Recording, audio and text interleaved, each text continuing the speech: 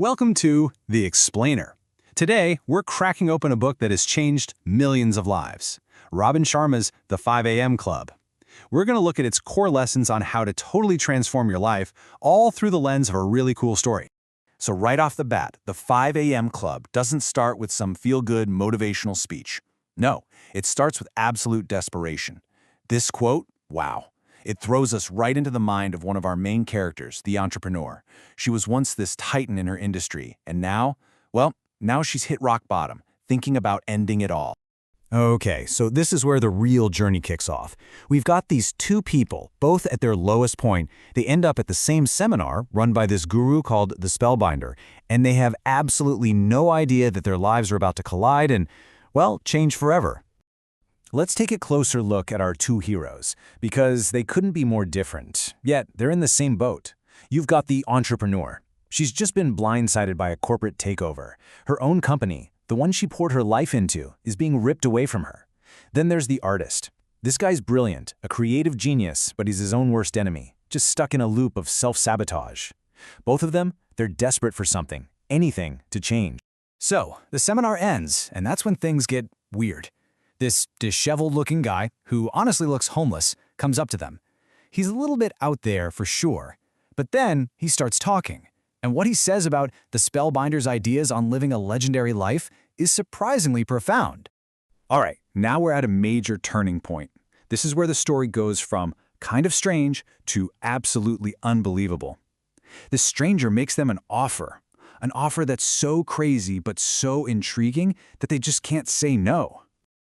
And here comes the bombshell. The homeless man reveals he's not homeless at all. He's actually Stone Riley, an eccentric, super reclusive billionaire.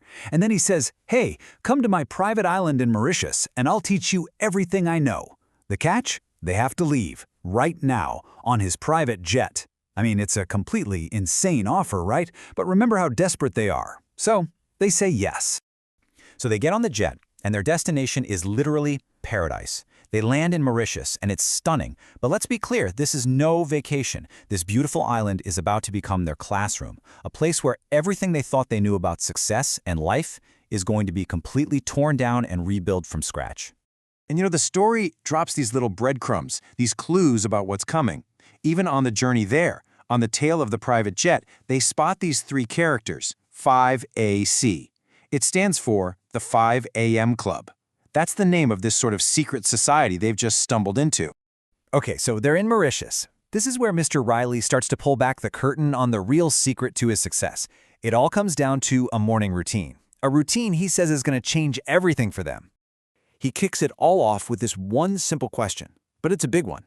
He asks them, how can you own your morning to elevate your life? Think about that.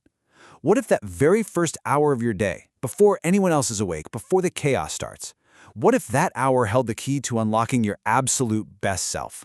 And here it is. This is the secret sauce. It's called the 20-20-20 formula.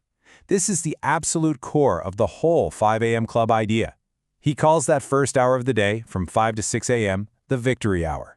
And here's how you break it down. The first 20 minutes, you move. We're talking intense exercise to get your blood pumping. The next 20, you reflect. This is where you journal, meditate, plan your day. And the final 20 minutes, you grow. You read a book, listen to a podcast, learn something new. But look, the formula itself is just one piece of the puzzle.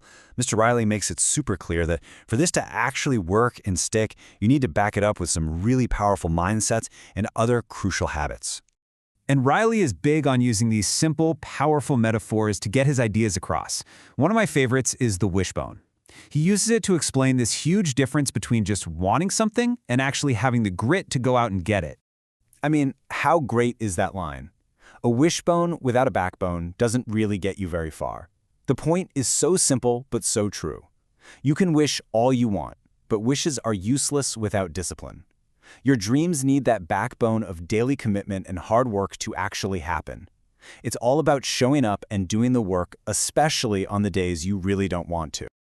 Journaling is another one of those game-changing habits he talks about. It's a huge part of that reflect block in the morning. And he explains that it's not just about, writing down what happened yesterday. It's a tool, a seriously powerful tool for getting clarity, for working through tough emotions, and for making sure the lessons you learn each day actually stick.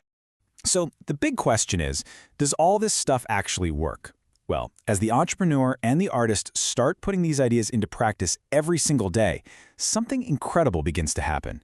They don't just change their habits, their entire lives start to transform, really from the inside out. And the results are just wow. The artist, he finally breaks through his blocks and becomes this hugely successful painter. The entrepreneur, she finds the focus and the courage to find a creative solution with her investors and save her company. But it's more than that. It's not just about professional success. They find true purpose, they build this incredible life together, and yeah, they even fall in love. You know, their whole journey really hammers home this powerful idea, captured perfectly by this J.K. Rowling quote. Building a legendary life isn't about playing it safe and never failing. It's the opposite. It's about having the guts to go for it, to push yourself. Because if you live so cautiously that you never fail, well, then you've already failed by default. And that's really where the book leaves us. It doesn't end with a neat little bow. It ends with a question. For you, your day is about to begin. That first hour, your victory hour, is right there for the taking. The real question is, how are you going to use it?